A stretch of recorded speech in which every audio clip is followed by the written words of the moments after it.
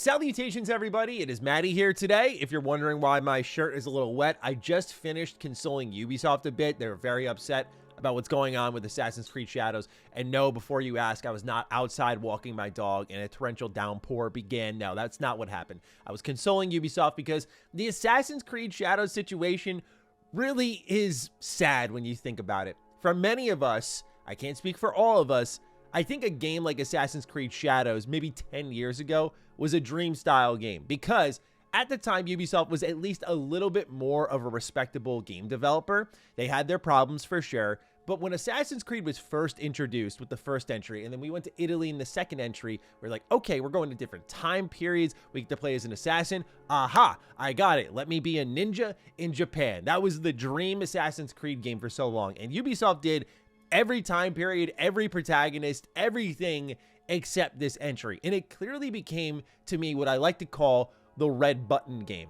By that, I mean, I think of Square Enix. If they pull out a Chrono Trigger remake, it's probably because they need to hit the big red button and they're in trouble. Same thing here with a Japanese-focused Assassin's Creed game. Do it only when you absolutely need to, and you have to win people back.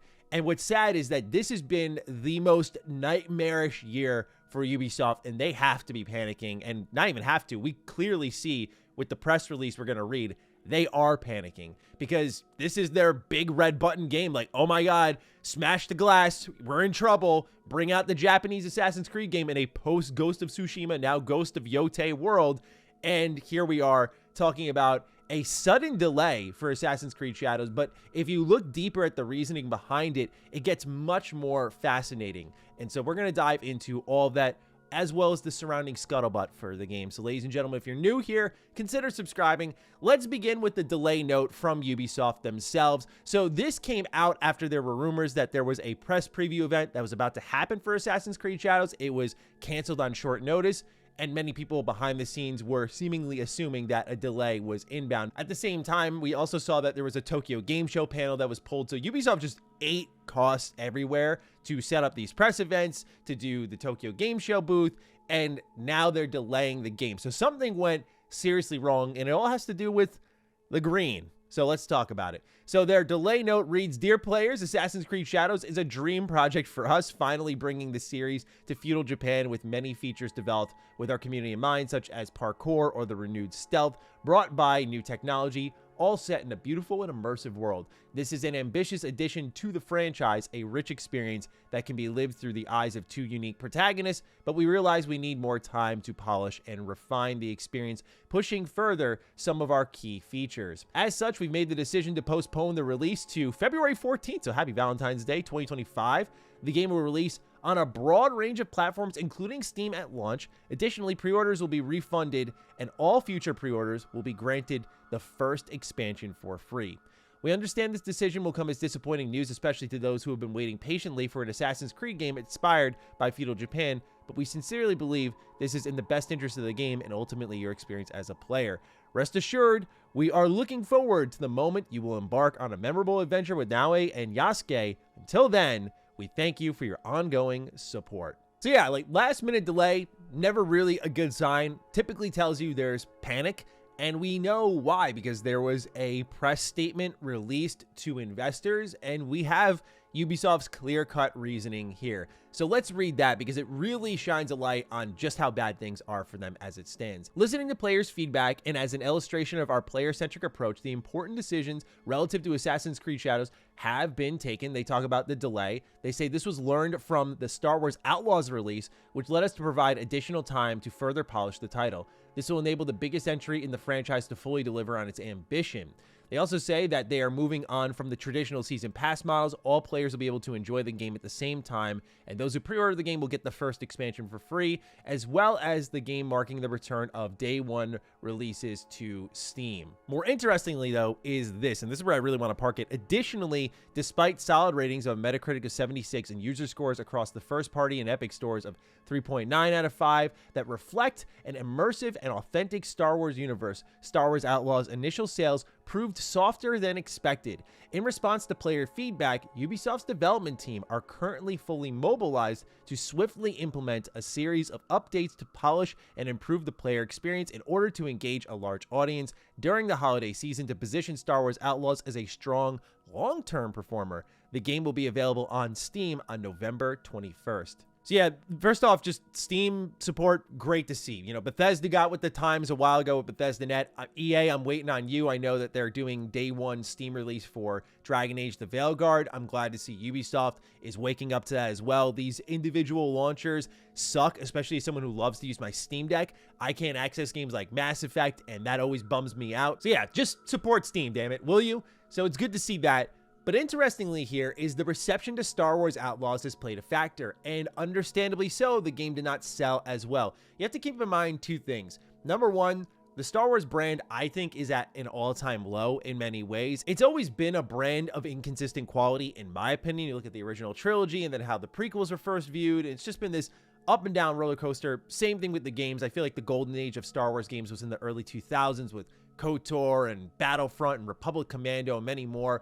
And then we went into like a new era of Battlefront and a lot of canceled games like 1313. It's up and down for Star Wars, in my personal opinion. Same thing with the movies. We know how the sequel trilogy went, but this new Disney era has not been that great in many ways. You have like The Mandalorian, Andor, but it's been pretty spotty. I think Rogue One is fantastic. But overall, it's been tough to find high quality Star Wars content, and that naturally devalues the brand, and in turn, Star Wars isn't this instant seller like it used to be. So something like Star Wars Outlaws, if it has questionable quality, which my review clearly showed that, yeah, a lot of people aren't going to run out and buy it. And I hope that the clips I shared, because the video I did went semi-viral, it was trending for a little bit, it almost hit 500,000 views, and a lot of the stuff I put on Twitter also picked up some traction, where I'm hoping that feedback got to Ubisoft of like, the AI just straight up didn't work. The stealth mechanics were absolutely awful. The facial animations were terrible. Like, there was a lot wrong with that game. And a lot of the outrage surrounding the game was leading into its launch. People were looking at the previews from, say, IGN and going, hey, this doesn't look good. Why are you releasing this? This should probably be a fall/holiday title. But Ubisoft pushed forward, probably thought, hey, it's Star Wars. It's going to sell anyway. And that's because there was a YouTuber called Legendary Drops who actually did a very interesting documentary style video and then followed up that video talking about conversations they had with developers behind the scenes. And apparently, same thing we talked about here as with Concord, there is a scene of toxic positivity within Ubisoft where it's tough to be critical of people's stuff or your own stuff in that environment, and that the people who are saying Ubisoft has to be better are a minority of vocal, angry gamers, and that's really it. But we're seeing now the proof is in the pudding, and you'll see based on some of the responses that Yves Guillemot actually gives in this press release, they're going straight for the source of what they think is a lot of these problems, and so we'll talk about that. But let's continue reading on here where it says, Yves Guillemot, co-founder and chief executive officer, said, our second quarter performance fell short of our expectations, prompting us to address this swiftly and firmly with an even greater focus on a player-centric, gameplay-first approach and an unwavering commitment to the long-term value of our brands. Although the tangible benefits of the company's transformation are taking longer than anticipated to materialize, we keep on our strategy, focusing on two key verticals: open world adventures and games as a service native experiences, with the objective to drive growth, recurrence, and robust free cash flow generation in our business. In the light of recent challenges, we acknowledge the need for greater efficiency while delighting players. As a result, beyond the first important short-term actions undertaken, the executive committee, under the supervision of the board of directors, is launching a review aimed at further improving our execution, notably in this player-centric approach, and accelerating our strategic path towards a higher performing model to the benefit of our stakeholders and shareholders. So the investors are like, hey, what's going on here? You guys should be making us way more money. What, you're releasing bad games? Let's take a look at why that's the case. The investors, that's the thing where I believe things about toxic positivity, because it's like the investors are looking at this. There's not like this management issue that's very apparent that should be taken care of by Ubisoft themselves that can breed in a level of like being critical of your own work to make the best possible game. Really? That to me was unbelievable when I read that. I've never seen that before, but investors are like, we want our coin, man. What's going on here? Because the shares for Ubisoft are like 11 euros at this point. They're stunningly low, and the company is flatlining in real time. And as someone who really enjoyed Ubisoft games in the early 2000s into the 360 and PS3 generation, they became a bit of a guilty pleasure. And there's even some games that I'll admit I do a bit of a revisionist history on. Like, I was really harsh on Assassin's Creed Syndicate when it came out because I was burnt out on Assassin's Creed. But going back to it, I'm like, this game's wonderful. So Ubisoft does put out some good stuff. And they even did in the modern age. I think the Mario and Rabbids games are phenomenal, but they're few and far between now. I absolutely tore into Star Wars Outlaws, tore into Far Cry 6. I did like the new Prince of Persia game at the top of this year. It was a rare, different one for Ubisoft where they did a Metroidvania style game, and it was quite good. Like, I do highly recommend you look into that game. You know that there's somewhere in Ubisoft a level of quality assurance that could be hit, but they just seemingly don't care enough to hit it. But most interesting to me is this final point here that was noted in the press release. They say, finally, this is Yves Guillemot, let me address some of the polarized comments around Ubisoft lately. I want to reaffirm that we are an entertainment-first company creating games for the broadest possible audience, and our goal is not to push any specific agenda. We remain committed to creating games for fans and players that everyone can enjoy. Further details will be provided during Ubisoft H1 results announcement on October 30th, 2024. I will admit I'm very surprised to see Ubisoft go so directly into this and say, like, hey, no agendas here. Here's where I think things are very interesting. Ubisoft has always tried to be a publicly facing progressive company, right? And I think progressivism is good for the record. I just think that a lot of companies really muddy the waters with disingenuous attempts at being progressive. For example, Ubisoft, as I said, this forward-facing attempt at being progressive company, then puts out this figure here with the single half-broken Tory gate, which is extremely reminiscent of this historically important image here of the one-legged Tory, which was a result of the atomic blast in 1945 in Nagasaki. So you overlook something like this, but then you attempt to appear progressive, and I think for a lot of people, it's not an issue that games try to be progressive. I think of Parvati and the story of asexuality in the Outer Worlds, and I think that's a phenomenal, very unique story that's being told there. The thing there is that this was written by an asexual individual, and it was a personal story, and it felt legitimate and real, and more importantly, genuine. I think what's happening is a lot of these companies are realizing gamers are smarter than they realize, and they can smell bullshit from a mile away. And when you're trying to act like you care about Japanese culture and find yourself up to your ears in shit constantly, especially with pretty critical oversights like this, yeah, it's a really bad look, and no one believes you for a second that you're trying to do right by other individuals.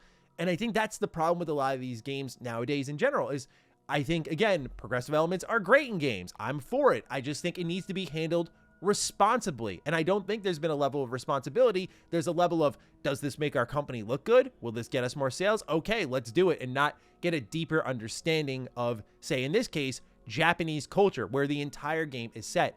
It's surface level, and people can see that. So that's why I wanted to talk about this, because it's so interesting to see the reasoning that it's not speculation, rumor, anything like that. Ubisoft is saying themselves why they delayed Assassin's Creed Shadows, and we can see for ourselves and talk about that. And I found it just a deeply fascinating subject. So those are my thoughts on Assassin's Creed Shadows thus far. Quite the bit of drama here. Excited to hear your thoughts down below, so fire away. Other than that, take excellent care of yourselves, and I will see you in the next video. Stay sexy, stay active. I love you all. Peace.